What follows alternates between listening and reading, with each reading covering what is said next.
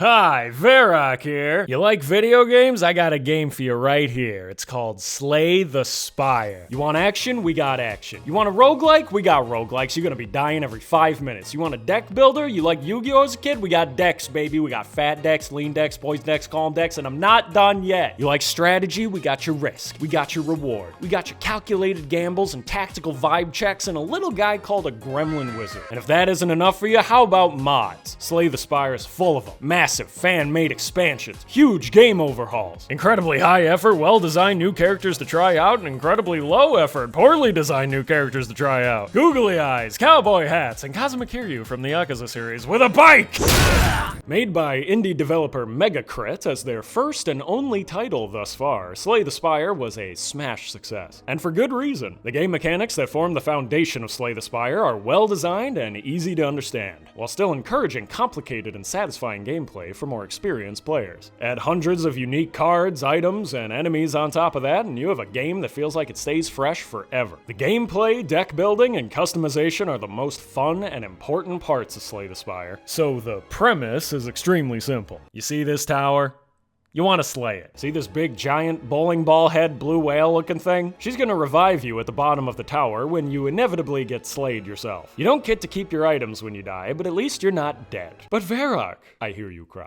Why is she helping me? What does she have against the Spire? Is she using me? Well, dear viewer, I don't know. That's all the premise you're gonna get, okay? The plot of this game is pretty bare bones, so you'll take what little you get and you'll like it. Quiet back there, I will turn this video around. But like many other fantastic games, Slay the Spire does not need a complicated story. It's one of the most fun and replayable roguelikes I have ever experienced, and that's saying something. The cards you can get, the relics you can find, the decks you can make, the synergies you can build, the mechanics are just so fun. I've put way too many hours into this game, and I need to tell everyone everything about it. I love Slay the Spire. You should play it, and I want to tell you why. But first, thank you to today's sponsor, Pirates Outlaws. Yeah, that's right, 2 card games in the same video. They reached out to me while I was already working on a Slay the Spire video, and it seemed like a perfect fit. Because if you enjoy Slay the Spire, I think you'll enjoy Pirates Outlaws. Pirates Outlaws has got a huge variety of heroes, skins, cards, enemies, and relics to unlock and try out. There are also 3 different game modes that you can play with. Navigate, which is your normal roguelike mode, Arena, where you can create your perfect pirate with your unlocked cards, and Tavern Brawl, where you can choose pre-made packages before each battle and defeat waves of pirates to battle the imposing Tavern Keeper. Pirates Outlaws has been out for a few years on PC as a hidden gem. Now it's available on Nintendo Switch, Xbox, and PlayStation consoles. And that includes all the game expansions from the last few years, too. Check out the link in the video description to get it on all platforms where available. A sincere thank you to Blitworks Games for helping support the channel. Now back to the video. Welcome back. Oh, I almost forgot. I gotta get changed here. There we go. Anyway, Slay the Spire is a roguelike deck builder. For those of you who are unfamiliar, let me describe it in the simplest way possible. A roguelike is where you die a lot and roll a boulder up a hill for all eternity. And a deck builder is when you never get over your Yu-Gi-Oh phase. As someone who enjoys both of these genres individually as well as combined, let me tell you, I believe in the heart of the cards. And one must consider me happy. Now, Slay the Spire wasn't the first of its kind, but it has been one of the most successful of its genre. It took inspiration from games like Dominion, Netrunner, and some other game nobody's heard of called Faster Than Light. Wonder where you could learn about that one. Enough of that though, let's start already. Slay the Spire's characters, on surface level, are fairly understandable sorta class types you've probably seen in other games before. You got your warrior, your rogue, your robot with sharp hands who ran away from home and wields the natural 4 elements of electricity, frost, darkness, and plasma as weapons, and you got your monk. Each one has cards, relics, and strategies that are unique to their specific playstyle. You'll notice that 3 of them are locked. You'll unlock these guys as you play. So for now, you'll be playing as the Ironclad. Objectively best boy, and my personal favorite. He's got a lot of demon moves. He used to be a Satan worshiper. But time passes, and we all must eventually graduate from the 8th grade. Now he's a man. A man who lifts. A tanky man. A jacked man. A man who occasionally eats body parts, but don't worry about that. Every time after the very first run you do, you'll be greeted by this thing. She's called Neow. Neow? Win or lose, she'll bring you back to life here and offer you a gift to start your run. And if you at least reach the first boss before dying, you'll even get some extra options. Here's your map. This is what you could call the exploration phase of the game. Pick the right path and you might just make it up to the top alive to take on the boss. These symbols here mark enemy encounters. The smaller ones are regular enemies, and the horned ones are elites. All enemies drop a card reward and some money, but elites will also drop a relic, a kind of treasure that will give you a permanent buff for the rest of the run. Elites also have a chance to drop your head into the floor, giving you permanent brain damage for the rest of your short life. This game is all about making risk versus reward choices, and whether or not to engage or avoid elites in your path is one of these choices. Land on a campfire to rest and recover health, or smith to upgrade one of your cards. Land on the money bag thing here to go to the merchant. That's me. Hi. Hi. Welcome to my rug on the floor that I call a store. Here you can buy cards, relics, and potions. Pay a fee and I'll remove one card from your deck too if you're trying to stay lean. Spend all your money here. Like, comment, and subscribe. All proceeds from this shop go directly to buying treats for my dog and then paying rent in that order.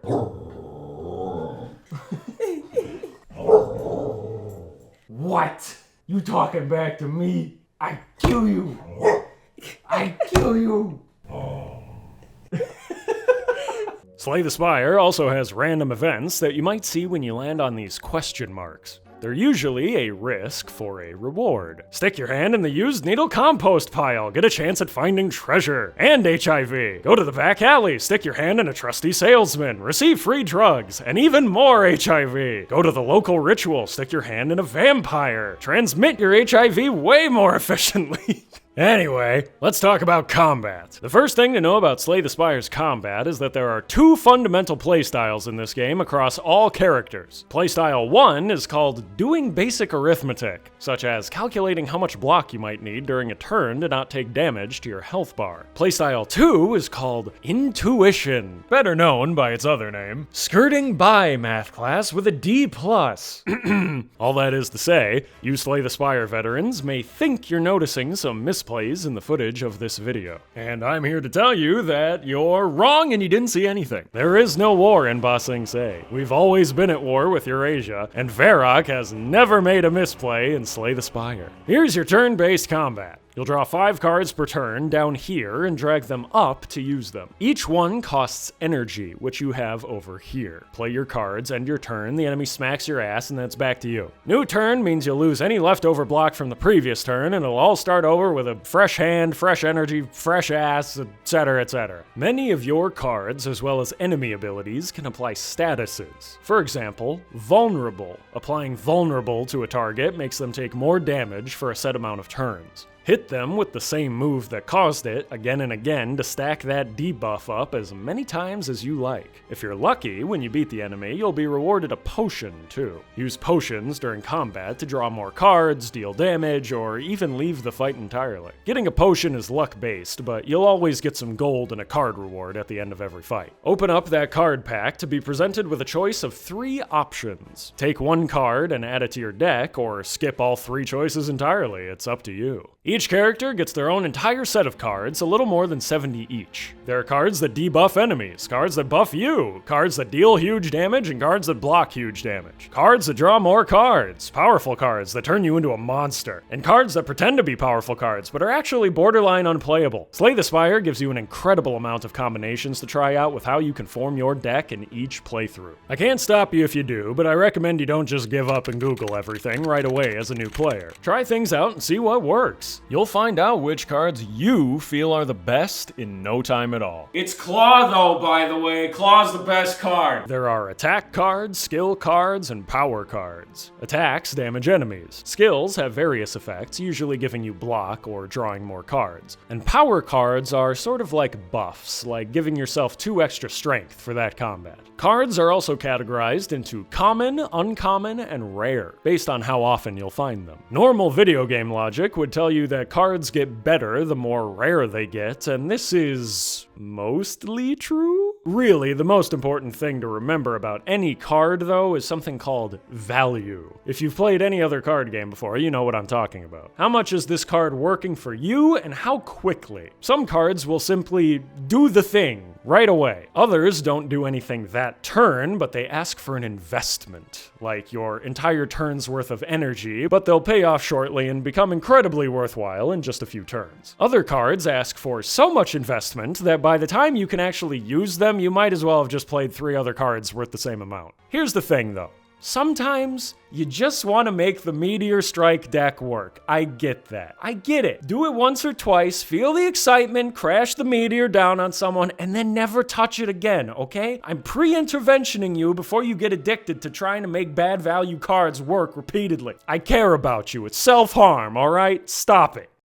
Get some help. I don't have a problem, though. I can stop anytime I want. You won't normally find cards from other characters without some weird exception, like a Prismatic Shard Relic. This relic lets you get cards from other classes in your normal rewards, and in the shop. Worth noting that this relic also gives you cards from modded characters that you have installed, which I found out while playing a serious modded character who was suddenly able to use frying pans and swords from the Yakuza series. However, these are colorless cards, usable by any character and most reliably found at the store. You're welcome. Remember to buy Apotheosis if you see it. It's one of the best cards in the game. There's a free Verac pro tip for you. I'm not even going to charge you for that one. There are 2 more types of cards, but they're not the good kind. Number 1, status cards. You might be asking, Verac, why would I ever add a status card to my deck if they're bad, though?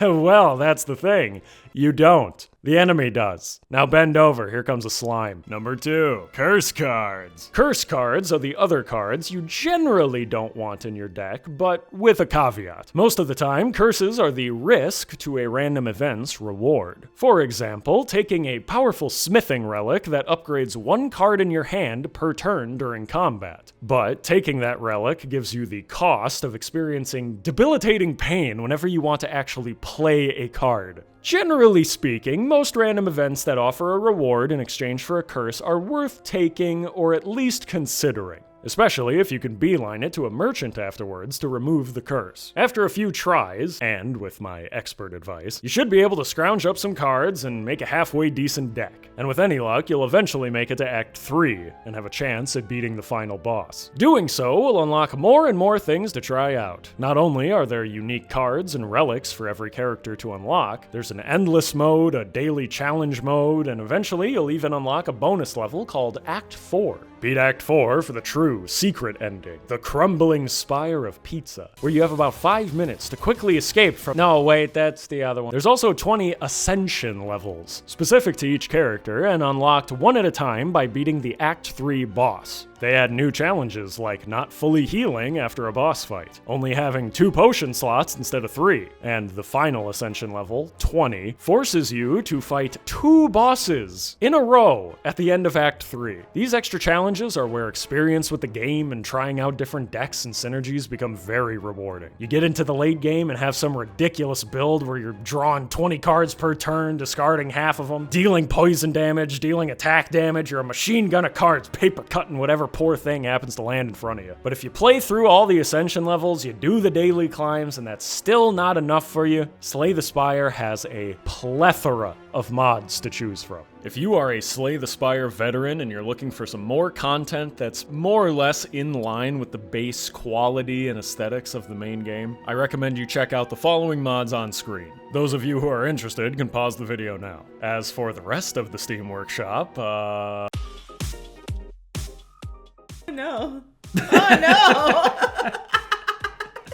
So stupid. Turns into the Ironclad when he dies. They couldn't find a JPEG of him laying down. They couldn't. Geo underwater. The Soviet Union. The Soviet Union itself is a character. Oopsie, ran out of food. Uh-oh. Stop! As the ultimate life form, attacks merely scratch you. 69 gold. 3 out of 5. 3 out of 5. 4 out of 5. Katana GF. You give Blaze, you girlfriend, A katana. I know it's a axe. I can't find a pic of a katana, okay? I'm actually really having fun with this. What is this? What did you do to my boy, Ironclad? Let's see. Oh my god! What if I wanted to play other characters? Is there, you don't. Is there like an arrow over here somewhere? No. No, just start. Just start. What a good mod. Good job. Slay the Spire is one of my favorite roguelikes ever made. The flexibility you have in creating your deck makes every run feel unique in a way that many other games have a hard time achieving. But Slay the Spire nailed it. It's a great game by a development team that's worth supporting. If you haven't tried Slay the Spire by now, I think you should. Go buy it, go play it, try it out, and have some fun. And if you made it all the way to the end of this video, thank you for watching. Thank you as well to this video's sponsor, Blitworks Games. If you like Slay the Spire, give Pirates Outlaws a try. Link to that is in the description below. And as always, a special thank you to my shady cabal of video elites and connoisseurs. Your blood money funds production of these videos. I've been meaning to review Slay the Spire for quite some time now, so I hope you all enjoyed this one, because I certainly enjoyed making it. As always, more videos to come, and about games I think you'll find very entertaining. Seriously, thank you all for your support. I love you all very much. Thanks again, and see you next time.